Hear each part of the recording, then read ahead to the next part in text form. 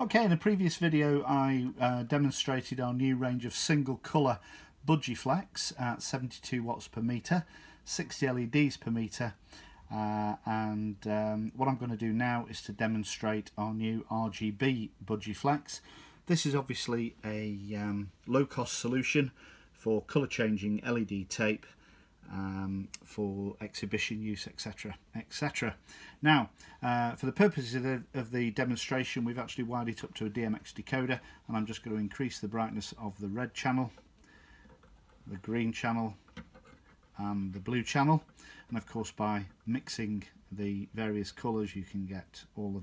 colours in between, such as purple, pink, etc, etc.